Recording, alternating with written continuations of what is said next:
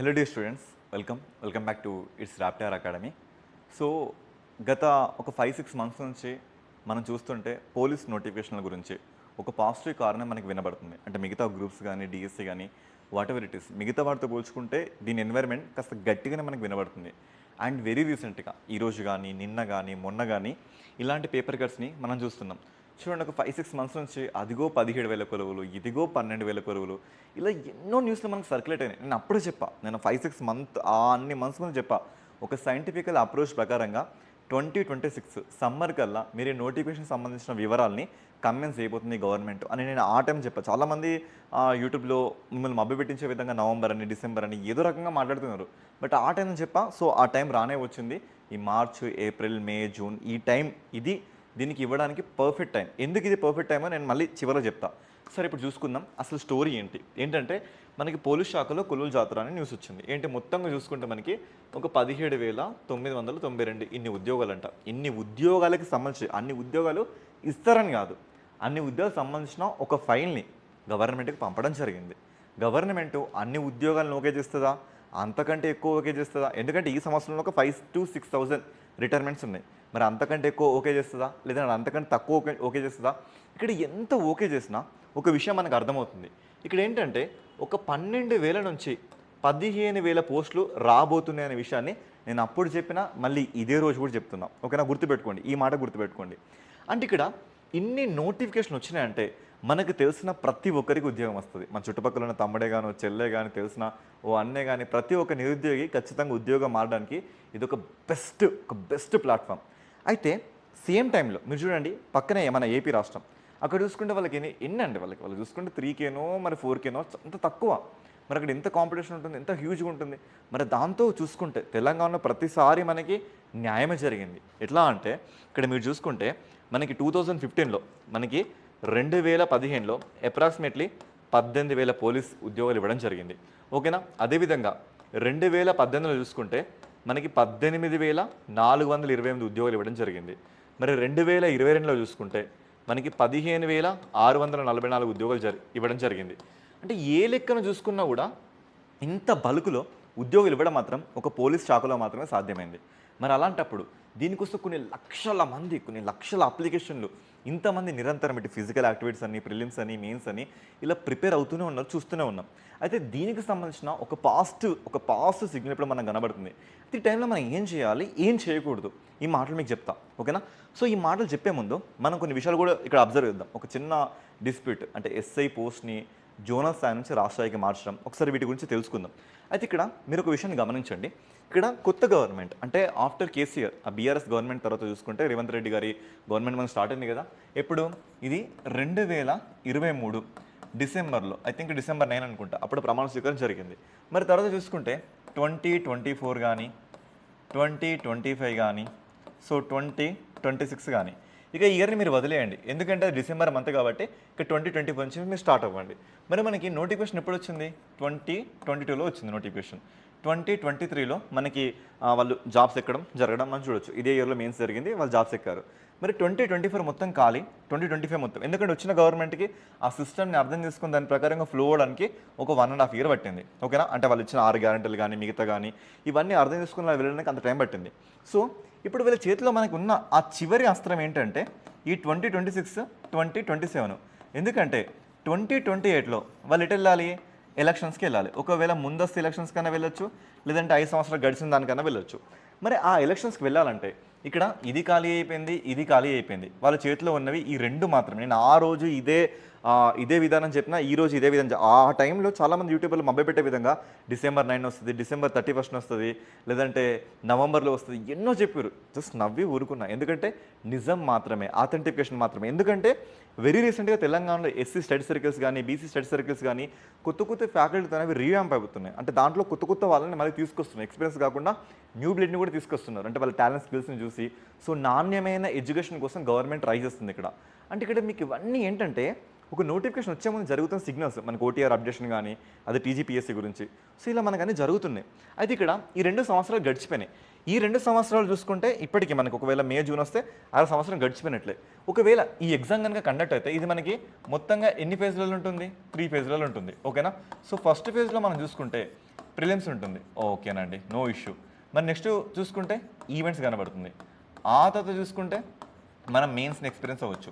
అయితే ఫస్ట్ ఇక్కడ నోటిఫికేషన్ నుంచి దానికి మినిమం గ్యాప్ ఒకటి ఉంటుంది, ఓకేనా. ఒక మినిమం గ్యాప్ ఏంటంటే 45 డేస్ ఇదో రీజన్ అలానే మనం మాట్లాడుకుంటాం.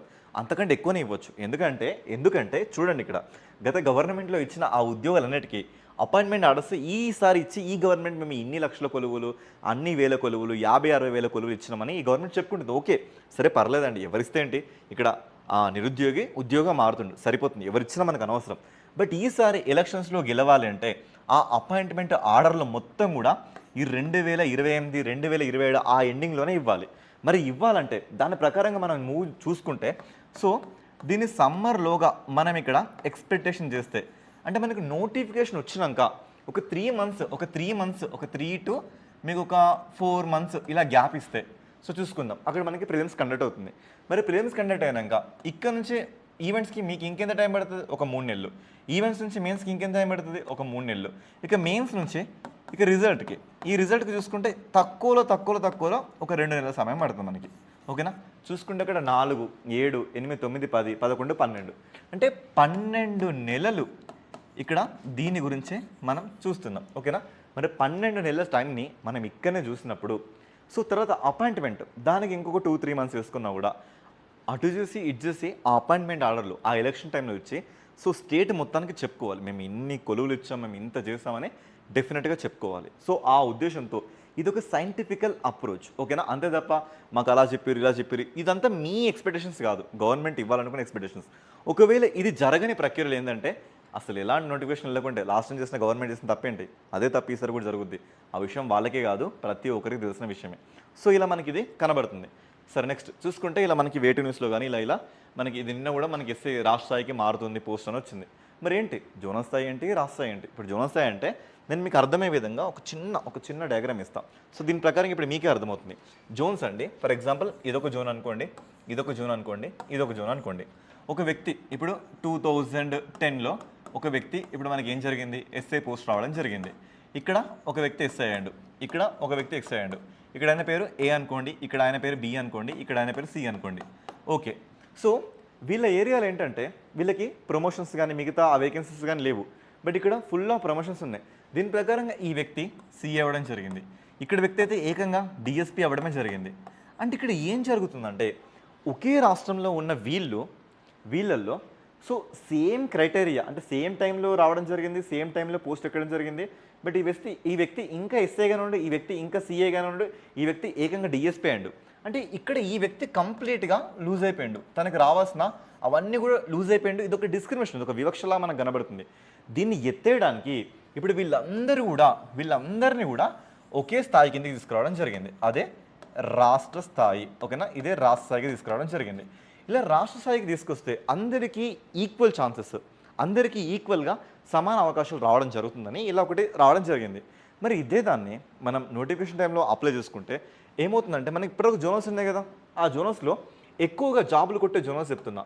ఒకటి నల్గొండ డిస్ట్రిక్ట్ కానీ, అదేవిధంగా మనకి ఖమ్మం కానీ, వరంగల్ కానీ, సో ఇదే విధంగా మీకు కరీంనగర్ కానీ, ఇవన్నీ కూడా ఇక్కడ చాలామంది చదువుతారు. వీళ్ళకి ఎట్లా అంటే కట్ ఆఫ్లు చాలా హ్యూజ్గా ఉంటాయి.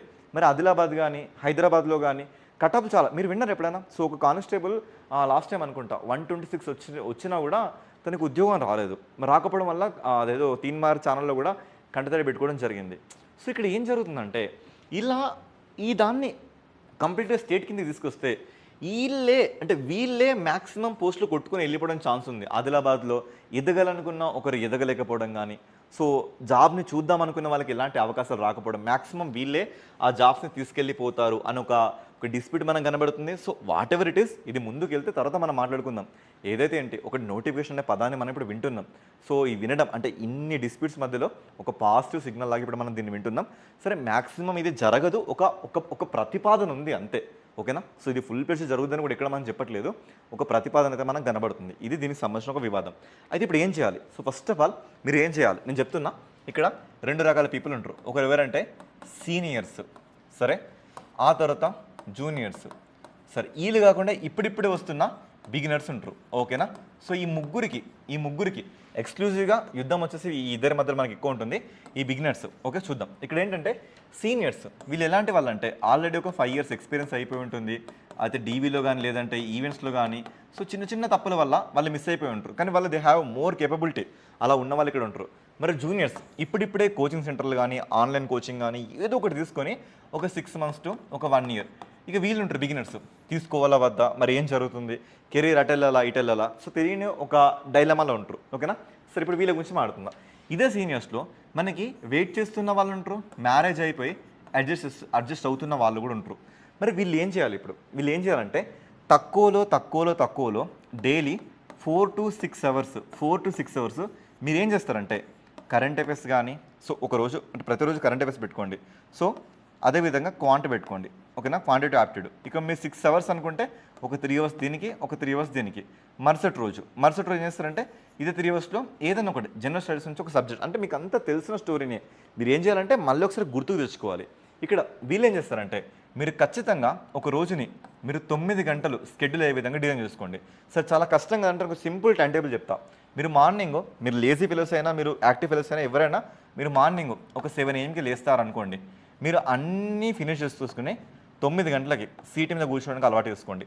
9 గంటలకు కూర్చున్న మీరు 12:30 వరకు ఇక ఇదే సీట్ మీద కూర్చోడానికి మీరు అలవాటు చేసుకోండి. అంటే ఇక్కడ మీకు ఎంత టైం పడుతుంది?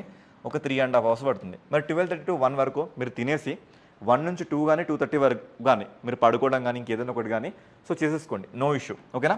అలా 2:30కి మీరు మళ్ళీ టేబుల్ ఎక్కండి. 2:30కి ఎక్కాక మీరు మళ్ళీ 6 o'clockకి మీరు 6 o'clockకి మీరు టేబుల్ దిగండి. ఇక్కడ చూసుకున్నా కూడా మీకు ఒక 3.5 hours అంటే ఎంత? 7 hours టైం పట్టింది. సరే, ఈ 6 to 7 మీరు ఇంకేమైనా చేసుకుంటారా, బయటకు వెళ్ళి చాయ్ తాగొస్తారా, ఫ్రెండ్స్ని కలుస్తారా, అదంతా మీ ఇష్టం.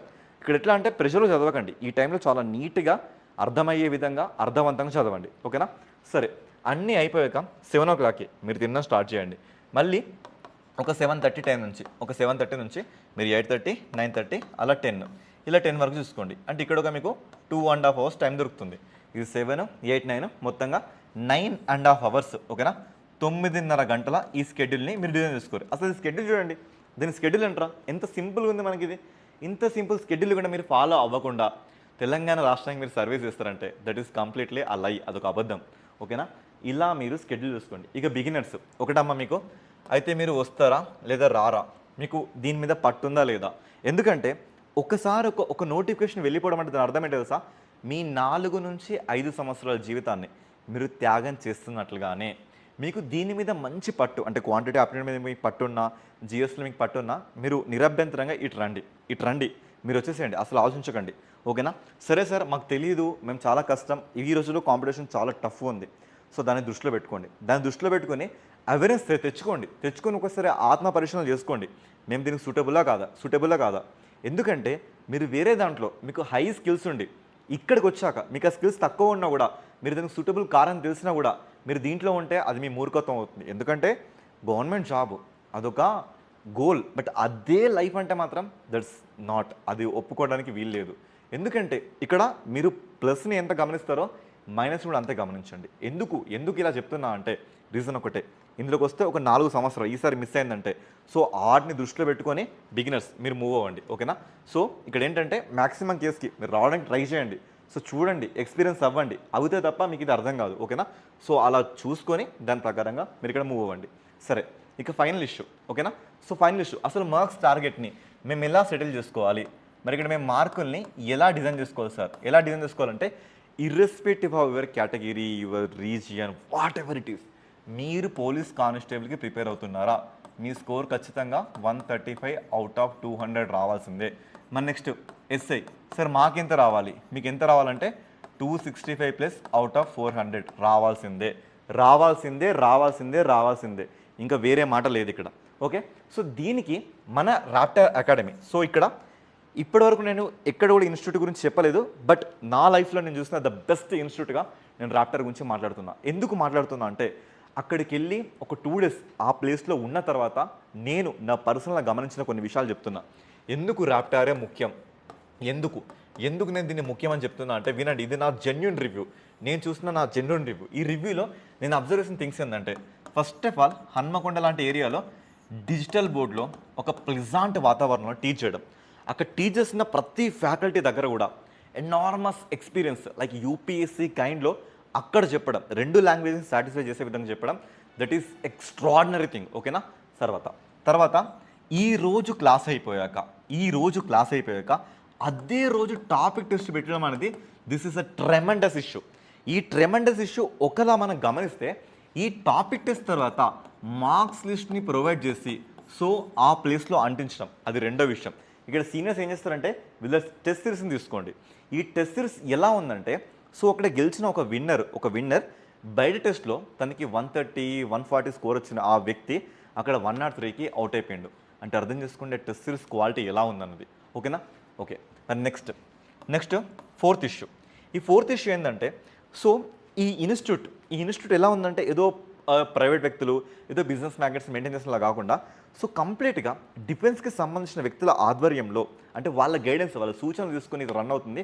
So this is extraordinary thing అమ్మా. ఎందుకంటే ఇక్కడ మనకి ఏంటంటే మనం చదువుతున్న వాతావరణం, అక్కడున్న డిసిప్లిన్, అక్కడున్న టాపిక్ టెస్ట్లు, అక్కడున్న ప్రతి ఒక్కటి మనం పట్టుకున్న బుక్ దగ్గర నుంచి మనం రాస్తున్న పెన్ వరకు ప్రతి ఒక్కటి మన లైఫ్ని డిసైడ్ చేసేదే. సో ఇలాంటి ఒక స్ట్రిక్ట్ ఒక గుడ్ ఎన్వైర్న్మెంట్లో ఇది రన్ అవుతుంది కాబట్టి సో దీని పరంగా నేను చాలా హ్యాపీగా ఉన్నా. Of course and my self Shravan Kumar. So I'm the faculty of geography and current affairs. నా తరపున చూస్తే ఈ కరెంట్ అఫైర్స్ ఈ స్ట్రాటజీ 2013 నుంచి ఇప్పటి వరకు ఏ ఒక్క paper Tamil Nadu PSC, Gujarat PSC, Madhya Pradesh PSC, Maharashtra PSC, Telangana PSC, AP PSC ఏ పేపర్ని వదలకుండా ప్రతి పేపర్లో పీవైక్యూస్ నుంచి ప్రజెంట్ ఎలా అడుగుతున్నారో ఆ సమయంలో ఆ క్వశ్చన్ అది ఎందుకు అడిగారు, ఇప్పుడు ఎలా అడుగుతున్నారు, ఇక మీదట అడిగేది ఇంకెలా అడగబోతారు, స్టేట్మెంట్సే కానీ అజంప్షన్స్ రీజన్సే కానీ వాట్ ఎవర్ ఇట్ ఈస్ ఇవన్నిటి మీద ఒకలాంటి గ్రిప్ని తీసుకొచ్చుకొని ప్రతి టాపిక్ని 3 డైమెన్షన్లో ఎక్స్పీరియన్స్ చేయడంలో సో నాకంటూ దీంట్లో ఎక్స్పర్టైజ్ అయ్యాను కాబట్టి సో నేను కూడా ఇందులో ఒక పార్ట్ అవ్వడం జరిగింది. సో ఇక్కడ చెప్తలుచుకున్న విషయం ఏంటంటే ఒకటే మాత్రం ఫిక్స్ అండి, మీకు ఈ నోటిఫికేషన్ అనేది ఈ 2026లో కమెంట్స్ అవుతే 2027 ఒకవేళ మీరు ఎడ్జ్ పాయింట్ అనుకుంటే మీకు మళ్ళీ 2027 మే కానీ జూన్ కానీ ఆ టైంలో ఇది ఎండ్ అయిపోతుంది. అంటే ఇప్పుడు మీ కళ్ళ ముందు ఒక స్పష్టమైన థింగ్ కనబడుతుంది కాబట్టి ఇక ఏమైనా పనులుంటే అన్నీ ఆపేయండి, అన్నీ బంద్ చేయండి, ఇక మీరు ముందుకు వెళ్ళండి. సో ఇంత దూరం వచ్చారు కాబట్టి వీడియో ఖచ్చితంగా మిమ్మల్ని కదిలించిందని నేను అనుకుంటున్నా. ఏం చేయాలి, ఇంకెలా మీరు ముందుకెళ్ళాలి, ఇంకేమైనా డౌట్లు ఉంటే కమెంట్ బాక్స్ ఉంది కదా, డెఫినెట్గా కమెంట్ చేయండి. ప్రతి దానికి నేను ఖచ్చితంగా రియాక్ట్ అవుతా. ఓకేనా? రియాక్ట్ అయ్యి మీకు ఇంకా ఎలాంటి స్ట్రాటజీ కావాలి, మీకు ఇంకా ఏం చూడాలి, సో ప్రతి దాన్ని డీటెయిల్గా ఎక్స్ప్లెయిన్ చేసే బాధ్యత నాది. ఓకేనా? సో ఇంతటితో సెలవు తీసుకుంటున్నా. ఇంకేం అప్డేట్ వచ్చినా మళ్ళీ మీ ముందుకు వస్తా, ఈ అప్డేట్ని మీకు చేరవేస్తా. ఓకేనా? Thank you so much.